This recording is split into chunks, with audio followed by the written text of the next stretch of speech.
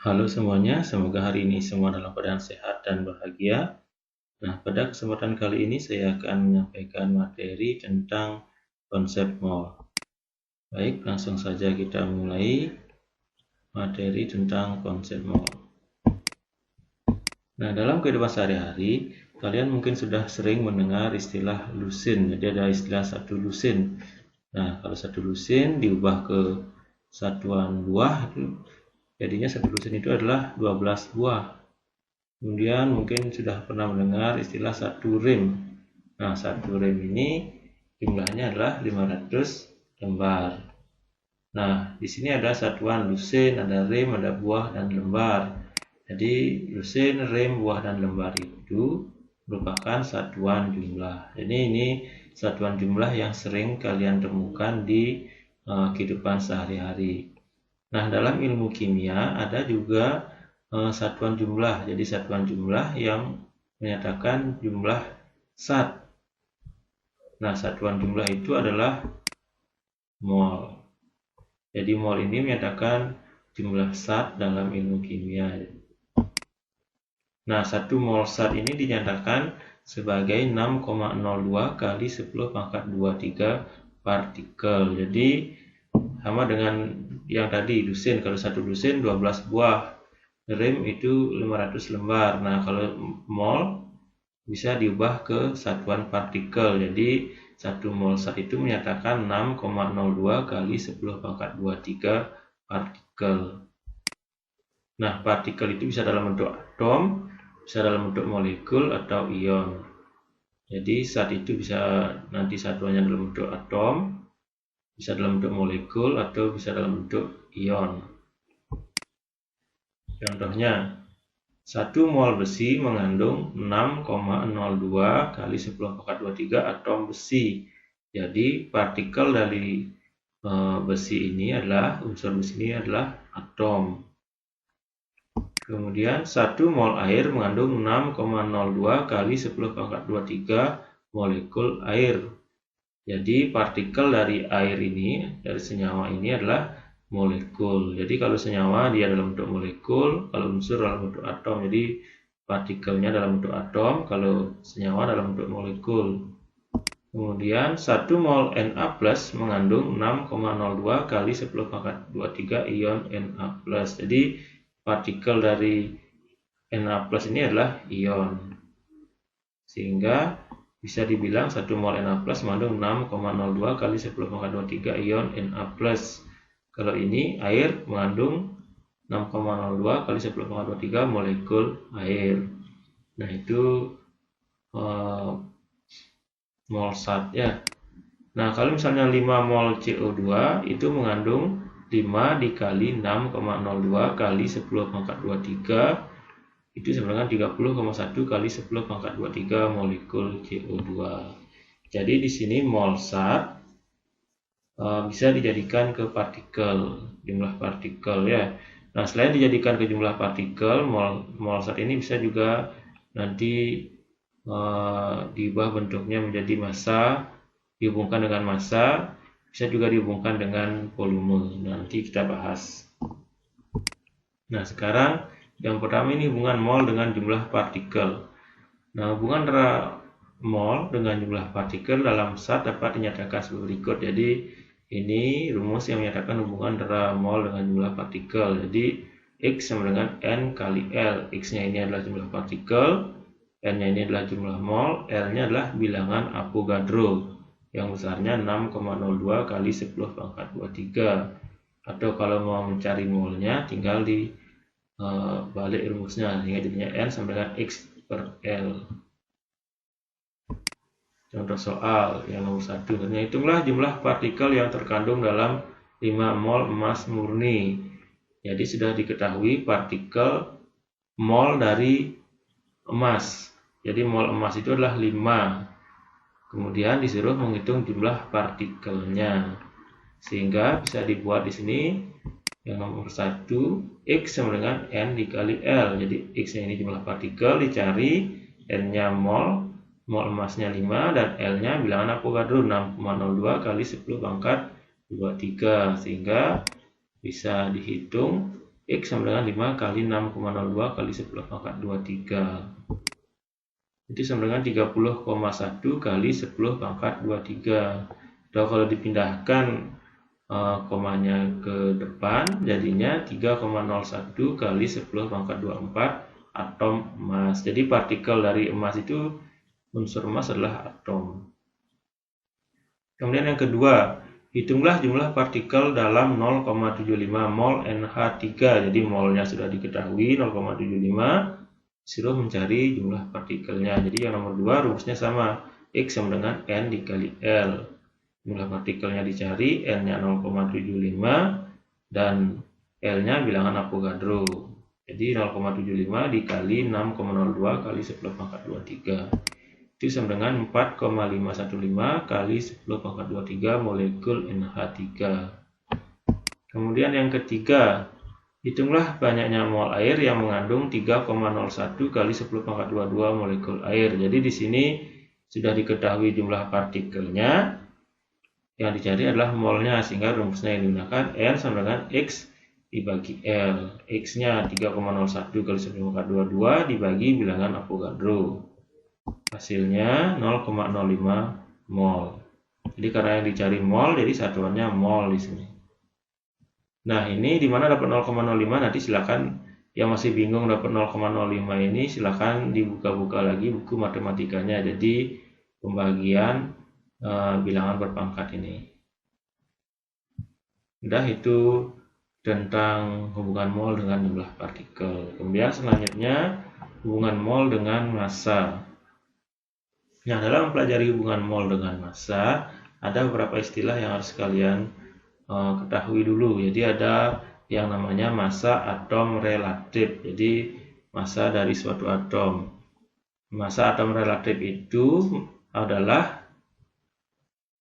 massa dari suatu unsur. Itu adalah perbandingan massa satu atom unsur terhadap 1/12 kali massa satu atom karbon. Jadi untuk mencari massa atom relatif suatu unsur itu diperbandingkan dengan massa dari atom karbon yang massanya 12 atau isotop karbon C12. Nah, ini digunakan sebagai perbandingan karena atom karbon C12 ini memiliki massa yang stabil. Jadi ini yang paling stabil. Jadi massa atom relatif itu merupakan perbandingan dari massa suatu atom unsur tersebut terhadap 1/12 kali massa suatu atom karbon 12 atau C12. Jadi untuk mencari massa atom relatif suatu unsur atau AR, misalnya unsurnya X, jadi ARX-nya dicari dengan massa atom X dibagi 1/12 massa atom C12. Jadi itu untuk mencari AR, massa atom relatif. Kemudian ada massa molekul relatif. Massa molekul relatif ini dapat dihitung dengan menjumlahkan AR dari atom-atom yang membentuk molekul tersebut. Jadi MR itu adalah jumlah dari AR atom penyusun. Misalnya senyawa CO2, jadi dijumlahkan CO2 itu disusun dari C dan O. Jadi jumlahkan ARC tambah 2 kali atom O karena O-nya ada 2, atau ARC tambah ARO tambah ARO karena O-nya 2. Jadi dijumlahkan AR dari atom penyusunnya. Kemudian ada istilahnya massa molar. Massa molar ini menyatakan massa yang dimiliki oleh satu mol zat. Massa satu mol zat sama dengan massa molekul relatif zat tersebut dengan satuan gram per mol. Nah, itu istilah-istilah yang harus diketahui dalam mempelajari hubungan mol dengan massa. Nah, ini ada contoh untuk mencari MR ya. Jadi sudah diketahui AR-nya, jadi RH1O16, C12, S32 dan N14. Hitunglah MR dari O2, CO2, NH42, CO3 dan CH3, COOH. Nah, yang nomor 1 MR dari O2. O2 ini disusun oleh 2 atom O, jadi MR-nya 2 kali ARO. Jadi 2 kali 16 sama dengan 32. Kemudian yang kedua CO2. Jadi tersusun dari 1 atom C dan 2 atom O. Sehingga MR-nya adalah ARC tambah 2 kali ARO, karena O-nya ada 2. Jadinya ARC 12, O-nya 16, jadi 12 tambah 2 kali 16. Jadi 12 tambah 32. MrCO2 44. Kemudian MrNH4 2CO3. Jadi di sini jumlah N-nya ada 2, jadi 2 kali ARN. H-nya ada 4 kali 2 ada 8, jadi 8 kali ARH. C-nya 1, berarti tambah ARC tambah 3 kali ARO karena O-nya ada 3. Sehingga jadinya 2 kali 14 tambah 8 kali 1 tambah ARC 12 tambah 3 kali 16 ARO 16. Itu 28 tambah 8 tambah 12 tambah 48, itu hasilnya 96 gram per mol. Kemudian yang terakhir CH3COOH. Jadi ini tersusun dari 2 atom C, 4 atom H, dan 2 atom O. Jadi 2 kali ARC tambah 2 kali ARO tambah 4 kali ARH. Jadi 2 kali 12 tambah 2 kali 16 tambah 4 kali 1. Hasilnya itu adalah 60 gram per mol. Nah, itu cara mencari MR. Nah, ini digunakan kalau kalian mau mencari hubungan remol dengan massa, ya, karena hubungan dengan mol massa itu sebagai berikut. Jadi N sama dengan M dibagi AR, atau mol sama dengan massa dibagi AR, atau mol sama dengan massa dibagi MR. Nah, kapan ini digunakan bagi AR? Kalau dia dalam bentuk atom. Jadi kalau mencari mol dalam bentuk atom digunakan AR. Kalau dalam bentuk senyawa atau molekul digunakan massa dibagi MR. Langsung saja ke contohnya. Hitunglah banyaknya mol dari 5,85 gram NaCl, ArNa23 dan ArCl 35,5. Jadi yang nomor 1, nyari mol, masanya sudah diketahui. Jadi langsung saja, mol sama dengan massa dibagi Mr. Masanya 5,85. Kemudian dicari Mr dari NaCl-nya dulu. Mr NaCl berarti ArNa tambah ArCl.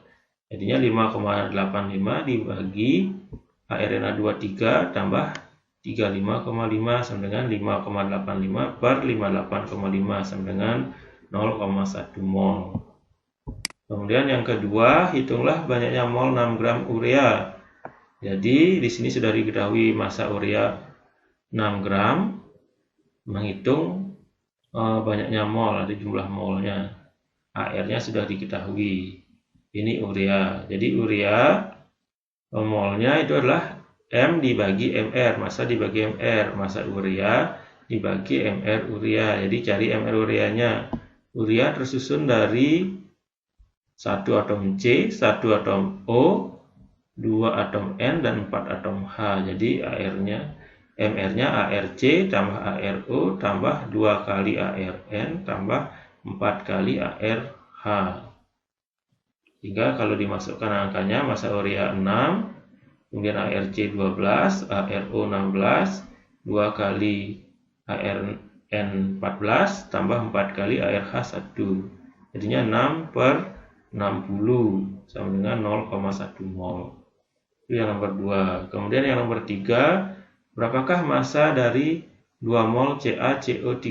Nah, sekarang sudah diketahui molnya, nyari massanya. Jadi rumusnya dibalik sedikit, jadi nyari massanya. Molnya diketahui, Mr bisa dicari. Jadi M-nya itu sama dengan N kali Mr.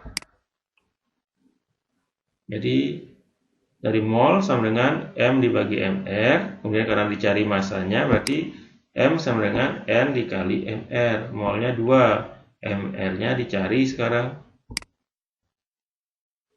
2 kali ARCA, kemudian ARC tambah 3 kali ARO.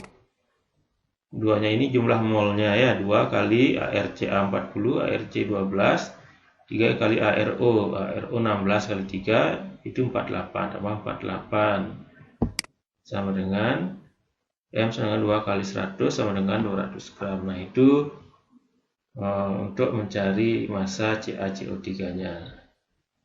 Udah, itu hubungan massa dengan mol, atau mol dengan massa.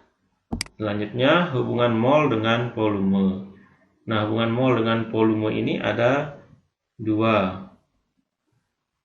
Jadi, ada dalam keadaan standar, ada dalam keadaan non-standar. Nah, kalau keadaan standar, itu adalah suhunya 0 derajat Celcius, tekanannya 1 atmosfer, itu namanya keadaan standar.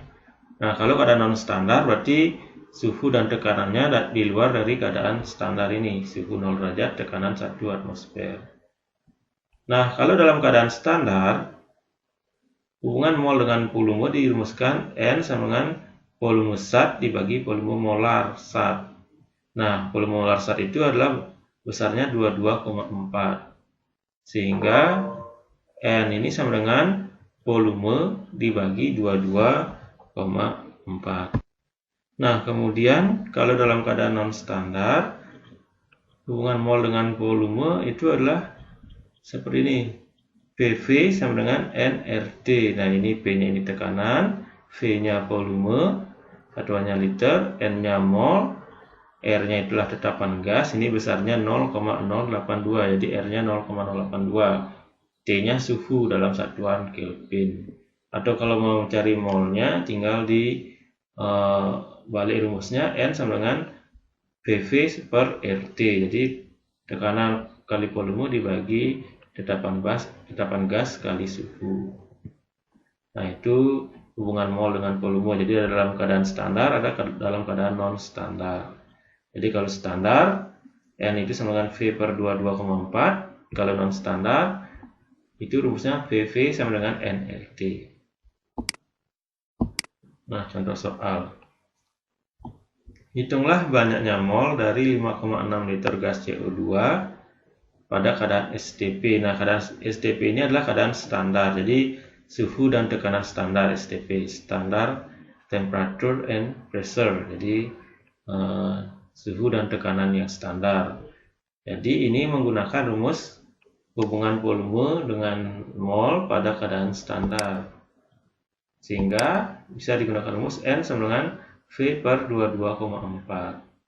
Volumenya 5,6 dibagi 22,4 itu sama dengan 0,25 mol.